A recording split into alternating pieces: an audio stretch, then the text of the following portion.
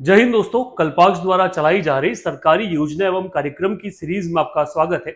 आने वाले एग्जाम को टारगेट करने के लिए कल्पाक्ष ये सीरीज चला रहा है और इस स्कीम आज वाला जो वीडियो इसमें हम बात करने वाले विद्याधारा स्कीम, विज्ञान धारा स्कीम के बारे में। इससे पहले जो स्कीम कवर की है वो आपको प्लेलिस्ट में मिल जाएगी। आज इस वीडियो से देखते हैं कि स्कीम क्या है और किस तरह के जो क्वेश्चंस है आने वाले टाइम पीरियड पे इस एग्जाम में अलग अलग एग्जाम में पूछे जा सकते हैं।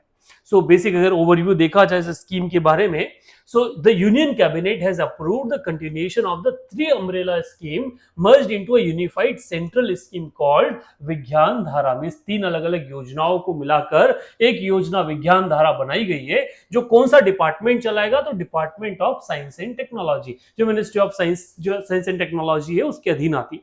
अच्छा, ये एक सेंट्रल स्कीम है जिसमें तीन स्कीम्स को मर्ज किया गया है और इसके बेसिकली थ्री ब्रॉड कंपोनेंट्स जो है वो माने जाते हैं। पहला, science and technology, institutional and human capacity building.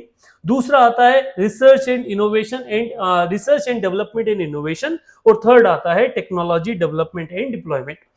इस पर्टिकुलर पार्ट में विज्ञान धारा जो है इन्हीं तीनों चीजों पर क्या करने वाला है, कंपोनेंट को मर्ज कर काम करने वाला है। अच्छा, अगर इसी के फीचर्स के बारे में बात की जाए, so this initiative is managed by Department of Science and Technology and is designed to enhance India's science and technological या capability and streamline approach। Bharat का जो साइंस एंड टेक्नोलॉजिकल डेवलपमेंट है उसको बढ़ाने के लिए स्कीम जो है वो चलाई गई है। The proposed outlay for the implementation of the scheme विज्ञान धारा is 10,579 crores during 15 finance commission. कब से कब तक? 22 से 26 तक रहेगा।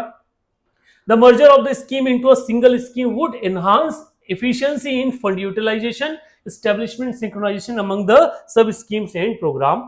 The primary objective of the Vigyan Dhara scheme is to promote science and technology capacity building as well as research, innovation and technological development towards strengthening the science, technology, innovation and ecosystem in the country.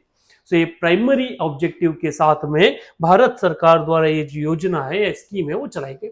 अच्छा, ये scheme has endeavor the promote research areas such as basic research with the access to international mega facilities, translational research in sustainable energy, water, etc., and collaborative research through the international bilateral and multilateral cooperation. It will also contribute to building a critical human resource pool to strengthen the science and technology landscapes and expand the research and development base of the country towards improving the full-time equipment research count। ठीक है, जिस तरह से भारत में research के मामले में कहीं ना कहीं वर्ल्ड की जो बड़ी इकोनॉमीज हैं उनमें भारत पीछे, उसी को फ्रंटलाइन लाने के लिए जो नई जनरेशन आ रही है उस जनरेशन की कैपेबिलिटीज को यूटिलाइज करने के लिए भारत सरकार द्वारा इस तरह की स्कीम जो है वो चलाई जा रही है कि हम भारत के जो युवा हैं उनको प्रॉपर यूटिलाइज कर सके, उनका जो नए नए आइडियाज हैं उनको एक बेस और बैकग्राउंड दे सके।